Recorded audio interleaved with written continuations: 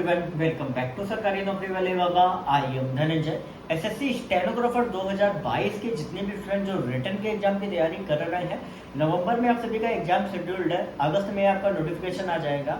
ऐसे में आप सभी बार बार एग्जाम स्ट्रेटेजी देख रहे हो, जो लोग सिलेक्टेड हैं वो बार बार आप नई नई चीजें देख रहे हो। ठीक है, ऐसा करने की बिल्कुल भी जरूरत नहीं है। मैं एक सिंपल सी बात मैं आपको समझा देता हूँ। मैं भी एसएससी स्टेनोग्राफर एग्जाम में सिलेक्टेड हूँ, ऑलरेडी मुझे 3 साल हो गए हैं। ठीक है, डिपार्टमेंट ज्वाइन किए हुए। आप मुझे सिर्फ एक चीज बताइए कि मेरी जो सिचुएशन उस टाइम पे रही है और जिस कंपटीशन लेवल में मैंने जो एग्जाम दिया, क्या वो आज है? नहीं है वो। दूसरी चीज, मेरी जो सिचुएशन थी, क्या वही सेम आपकी सिचुएशन है? नहीं है। हो सकता है कि आप एकेडमिक कर करके आप स्टैंड भी कर रहे हो सकता है आपकी फाइनेंशियल कंडीशन उतनी अच्छी ना हो।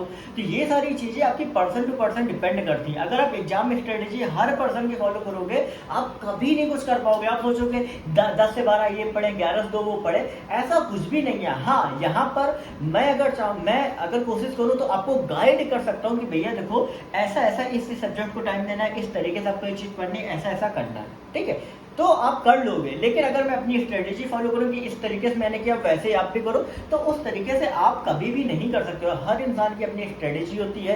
किसी को रात में लेट नाइट पढ़ना अच्छा लगता है, किसी को सुबह जल्दी 4 बजे उठ के वो पढ़ना उसको अच्छा लगता है। हर किसी की अपनी पर्सनल सिचुएशन होती है, हर किसी का अपना बॉडी जिस हिसाब से उनका वर्क करती है, तो वो अलग अलग रहता है। तो ऐसे में आप सभी को मेन जो कंटेंट है वो आपको फॉलो करना है, ना कि आपको स्ट्रेटेजी लोगों की जिस हिसाब से वो करे उस हिसाब से करना है। ठीक है, ऐसे आप करोगे तो बिल्कुल भी एग्जाम नहीं निकाल पाओगे। आप सभी ऑलरेडी देख लो, लास्ट ईयर 150 कट ऑफ गया था जिसपे स्टूडेंट सिलेक्ट था। तो 200 में 150 तो आपको 2022 में लाने ही लाने। अगर आपको किसी भी चीज में सिलेक्शन चाहिए, ये 150 कंफर्मेशन वाला है कि ये कंफर्म आप हो जाओगे 150 लाने के बाद। हाँ, 145 है तो वैकेंसी के ऊपर डिपेंड करेगा, लेकिन 150 कंफर्म है जनरल कैटेगरी के लिए, मैं बता दे रहा हूँ।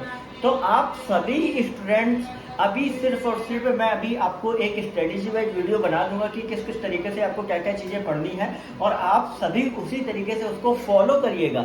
आपको सिर्फ मेन बेसिक जो कंटेंट है उसको फॉलो करने के लिए 2 घंटे ये पढ़ना है, ये पढ़ना है। इसके अलावा आपको बिल्कुल भी किसी अन्य चीज पे ध्यान नहीं देना है। ठीक है, और बाकी जो भी आप बाकी चीजें सिलेबस वगैरह देख रहे हो सब आपको पता है। कोई भी नया सिलेबस नहीं। एसएससी के जितने भी एग्जाम है, जो सब्जेक्ट है एसएससी के अलग अलग एग्जाम में आते हैं, सेम वही सिलेबस है, कोई नया सिलेबस नहीं। तो बार बार सिलेबस वगैरह के चक्कर में भी मत पड़िए। ठीक है, अगर आप नए हो, अगर आपको कुछ भी पूछना है तो आप सभी मुझसे टेलीग्राम ग्रुप में ज्वाइन करके पूछ सकते हैं, क्योंकि नए नए में आप सभी को कई बार डर भी लगता है एग्जाम के प्रति। तो मैं एक ही चीज आप सभी से अभी कहूंगा, बाकी जब आप मुझसे बात भी करोगे टेलीग्राम ग्रुप को ज्वाइन कर लेना। आगे जो भी अपडेट रहेंगी वो मैं कहीं ना कहीं आपको बताता जाऊंगा।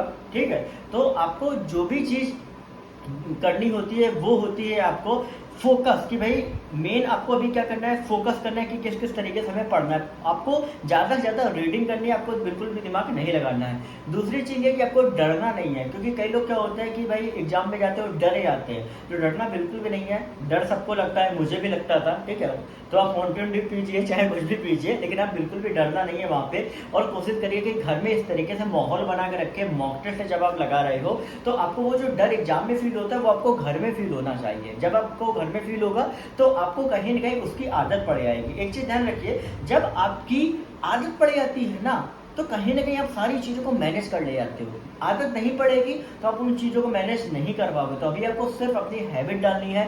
पढ़ नहीं पा रहे हो, पढ़ने की हैबिट डालनी है। कुछ भी नहीं कर पा रहे हो तो कुछ करने की हैबिट डालो, लेकिन करो। सोचने विचारने से काम नहीं चलेगा। बाकी चैनल को सब्सक्राइब करते रहिए। चैनल को में भी आपको जो भी अपडेट रहेगी वो यहाँ पर आपको बता दी जाएगी। ठीक है, बाकी आपको टाइम टेबल में अलग अलग मैं आपको बता दूंगा कि किस तरीके से आपको अपना टाइम टेबल रखना है।